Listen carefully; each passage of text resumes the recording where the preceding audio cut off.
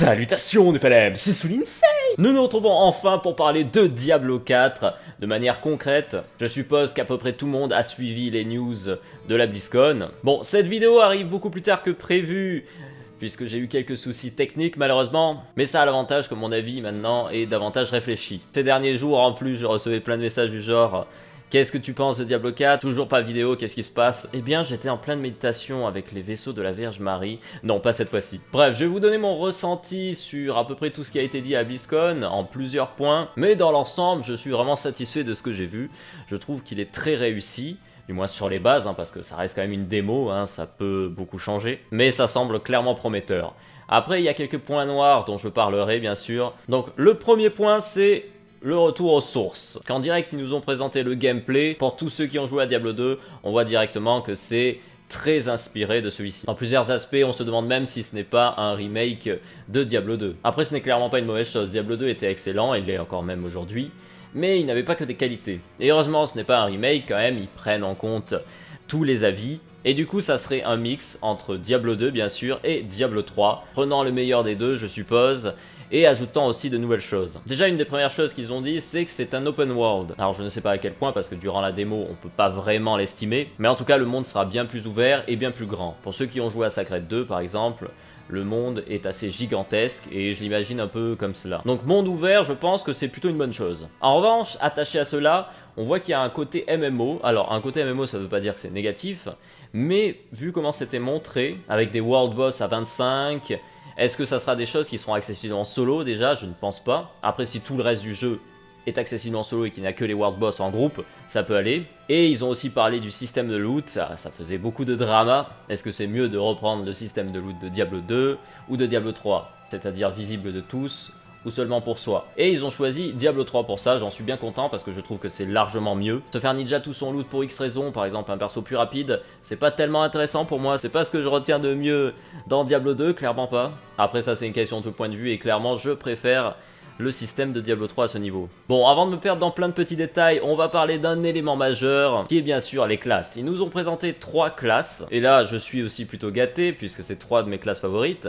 Le barbare, ma classe préférée dans Diablo 3, le druide, ma classe préférée dans Diablo 2, et la sorcière, qui est une classe que j'aime globalement dans n'importe quel Diablo. Chacune des classes est ultra badass, bon évidemment ça sera subjectif, mais comme j'aime les 3 de base. À la sortie, normalement il est censé en avoir 5, peut-être qu'ils vont nous rajouter un petit paladin croisé Deus Vult, je l'espère en tout cas, mais comme vous pouvez voir, le gameplay est très fidèle au Diablo, c'est rapide, c'est dynamique, et on retrouve bien l'âme des persos de Diablo. Comme ça, je pourrais pas vraiment vous dire laquelle est ma favorite, mais je pencherai sûrement pour le barbare. Le druide est vraiment cool, et ça me rappelle beaucoup de souvenirs, mais il m'a l'air différent de Diablo 2, donc ça sera à voir quand il sera plus avancé. Et la sorcière, toujours aussi cool. Après, elle est plus old school dans ce Diablo 4, par rapport à Diablo 3, moins explosion nucléaire, on n'a pas vu d'archonte non plus. Mais en résumé, les 3 classes sont plutôt badass. Pour en revenir un peu au gameplay, comme je vous avais dit tout à l'heure, c'est un mix entre Diablo 2 et Diablo 3. Déjà, comme vous pouvez voir, les skills, ça ressemble davantage à Diablo 3. On aura un choix limité de compétences, ce qui va définir notre build, on pourra sûrement changer, sans recommencer de nouveaux persos.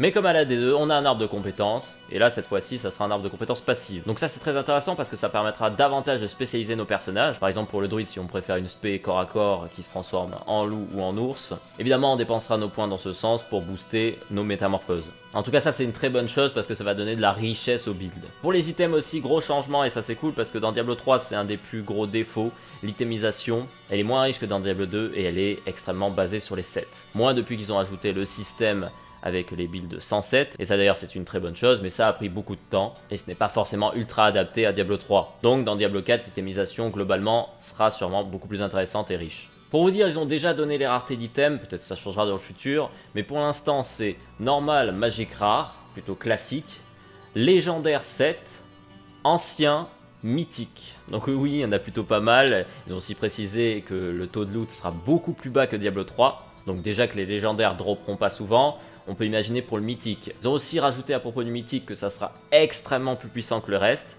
mais on pourra en emporter qu'un seul. Ça je trouve ça très intéressant parce que ça permet que ton perso n'est pas forcément en full mythique. Ça sera sûrement un mix de rareté pour chercher toutes les meilleures synergies. Enfin, globalement, l'itemisation a l'air bien plus poussée et bien plus intéressante. Ce qui évidemment affectera les builds et en particulier leur diversité.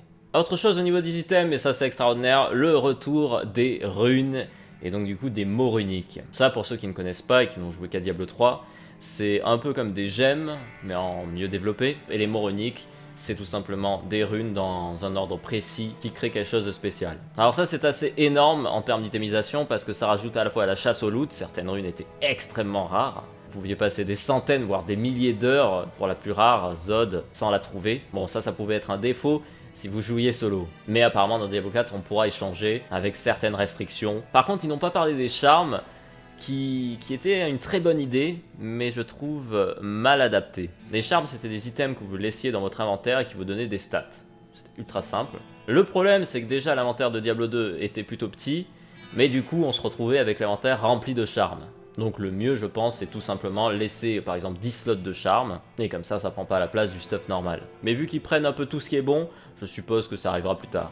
Je ne parlerai pas beaucoup du lore, puisqu'il n'y en a eu que très peu dévoilé, mais de ce qu'on a pu voir, ça a l'air d'avoir de la cohérence, et ça a l'air pas mal du tout. Si vous ne connaissez pas le lore, pour vous résumer en gros, Lilith est une démone, Inarius un archange, ils en ont eu marre des combats interminables de leur race, et ils ont décidé de partir, créer Sanctuary, et sonder les Néphalem.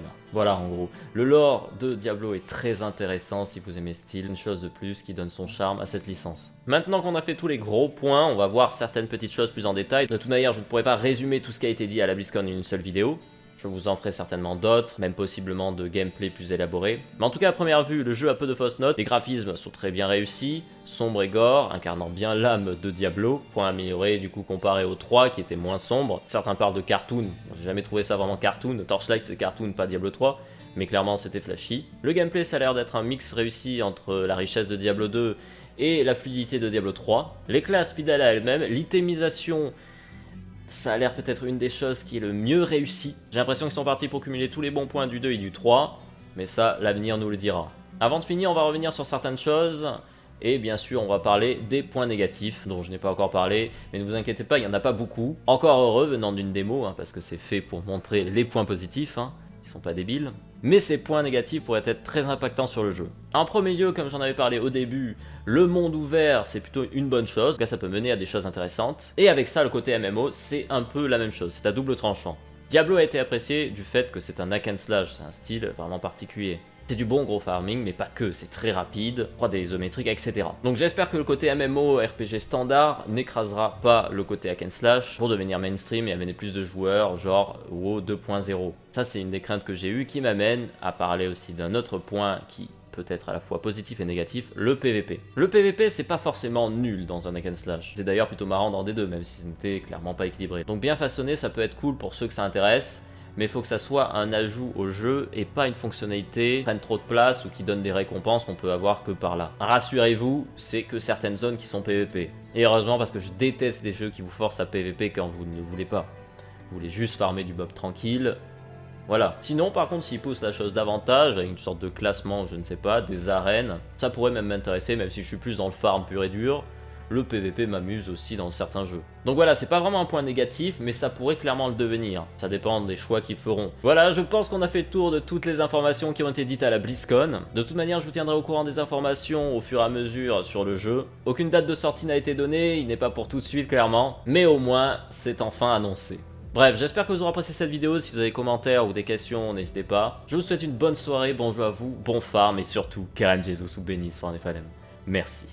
In the name of God, in the name of God, in the name of God, we go to heaven. Fresh meat.